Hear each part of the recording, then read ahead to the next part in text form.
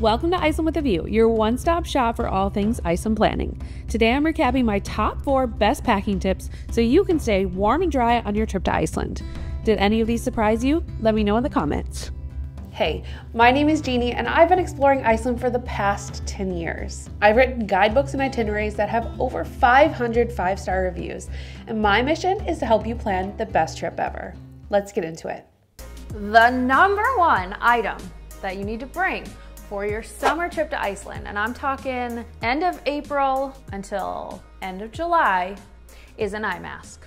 This thing will be your best friend. You've heard me talk about this in a couple of other videos, but I'm telling you, it is gonna be a lifesaver. There are 24 hours of daylight in the summer. This means that the sky never gets dark, and when it's time to go to sleep, you are gonna want something that will make it seem like it's night out.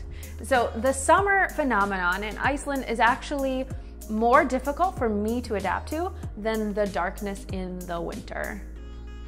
When it's dark, you're just kind of cozied in early and you get more sleep. It's hibernation time. But in the summer, when there's all of the daylight, it's really, really hard for your brain to calm down. That's why almost all houses in Iceland will have good blackout curtains, is because it's so important to switch to night mode. So when you have a good sleep mask, it's going to allow you to be able to fall asleep easier, sleep more through the night, and then hopefully get up at a normal time. But I'm telling you, this one in particular, I have used for a long time. It's silk. So it's really, really soft on your face. And I love that this band in the back is thick as well. So it kind of sits easily and comfortably around your whole head rather than some of the elastic bands, which will slip up. This completely covers my eyes, right? So there's no light coming in. I'm particularly sensitive to light, especially. And so I just swear by this mask. That's the number 1 item you need, friends. It's a minimal investment and you will thank me later. And the number 1 item that you need to bring in your suitcase for your winter trip is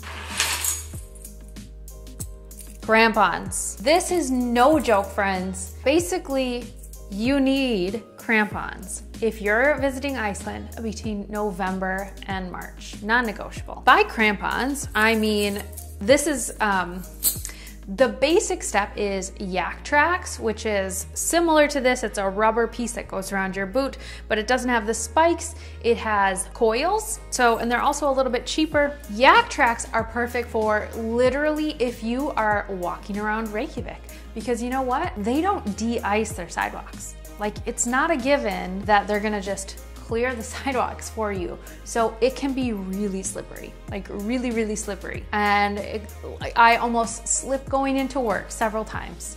So I'll throw on yak tracks just to keep really safe. These spikes are more similar to a crampon that you would use for ice hiking, but this is like goes around anyone's boot, and this comes in different sizes. This is what I use when I'm going to Seljalandsfoss, for example, because the spray from waterfalls, you guys, it creates this layer of ice that's so thick, it's like crazy.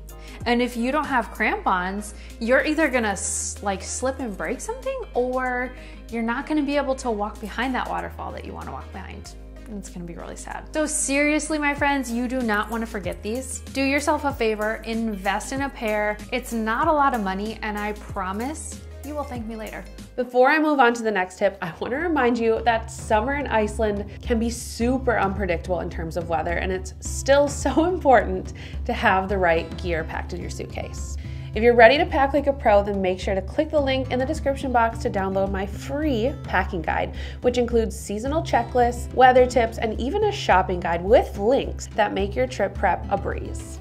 Now, let's get back to the tips. On my packing list, I recommend 2 different options. People always ask me why and if it's really necessary, so I'm gonna go over the difference in this video. First up, this is going to be a nice water resistant layer. This is a waterproof jacket, right? This is a rain jacket. So if you can't really tell, this is like, I don't really even know the material, but it's like a rain jacket. It's plasticky. The water and the rain will completely roll off of here. This is what I mean by a rain jacket.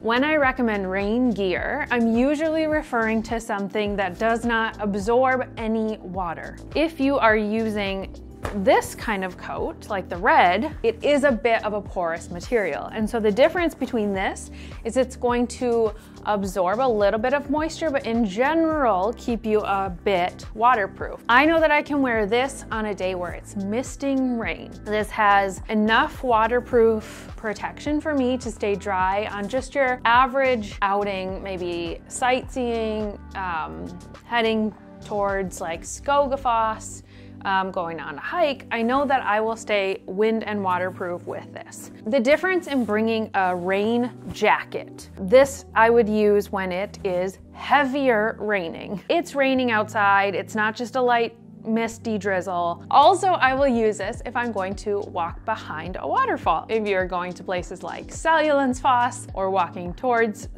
getting pretty close to Skogafoss, then you're gonna wanna wear a rain jacket, waterproof 100%. A lot of times when you buy rain gear or outdoor gear in general, it will list the amount of millimeters of water that it can withstand. So I don't know what this one is rated in anymore. This is I got this a long time ago. What you wanna do is check when you're buying your outerwear or bringing your outerwear, you wanna check how waterproof it is. The other thing that you wanna know is that the seams are waterproof, because a lot of times that's where the jacket is vulnerable, is where it's sewn together. So you don't wanna be risking that. And number 5 are flip-flops or sandals, whatever it is that you wanna have. Basically, what this means is an easy pair of, shoes that you can slip on and off. The main purpose of these would be for going in hot springs or pools. When you get out of a hot spring and your body is all cozy and your feet are all wrinkly, you don't always wanna just slide back into your socks and hiking boots. Am I right? Just having a really, lightweight, these are literally so light. So just having a nice lightweight pair of flip-flops or sandals that you can carry with you. So when you get out of the hot water, you're just sliding into those and then maybe going back to the car or your hotel, then putting your other pair of shoes on. If you like this video, make sure to subscribe and check out my other videos to help you plan the best Iceland trip ever. I'll see you in the next video, but until then, happy planning.